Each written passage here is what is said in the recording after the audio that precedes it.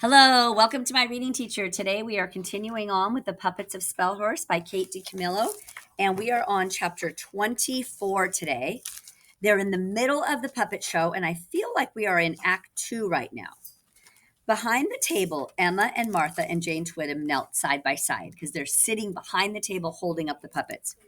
Emma was breathing heavily. Her face was flushed.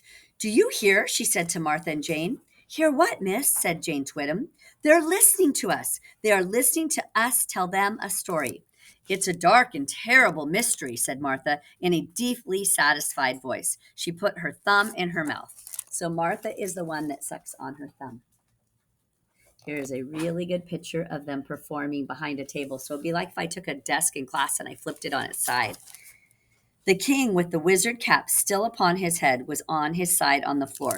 I think of like Merlin the magician with that. So if you look down here, you can see the wizard hat on the ground, and I see with the stars on it.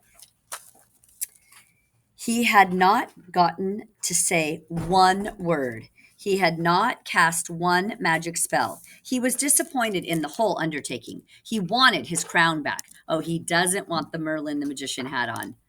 But the wolf was in love with the stage. She was besotted with the size of her shadow upon the wall.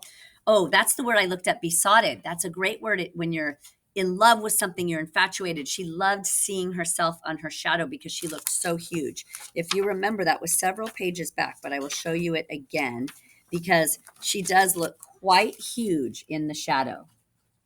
Here she is on the very bottom, tiny, but she's huge over here. So she loved looking at herself in the shadow. The wolf had never been so happy. As for the girl puppet and the boy puppet, they could feel the eyes of the audience on them still, even though they were hidden behind the table. "I saw them," thought the girl. "I am good at seeing, just as Jane Twittem and I stood beneath the sun and the moon and the stars, and I saw those faces, each face. They are watching us," thought the boy, "and surely I am destined to do something remarkable." The owl, of course, had done nothing, said nothing. He was still on Jane Twittem's hand. She gave him a sudden shake, rattling his feathers. His feathers, his wings. Oh, how the wind had blown through them. The owl did not care about the play at all. He wanted to go back to the hill.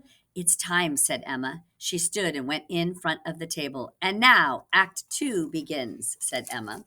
All right, so they were in Act 1, and now they're going to move on to Act 2. Thank you for joining us.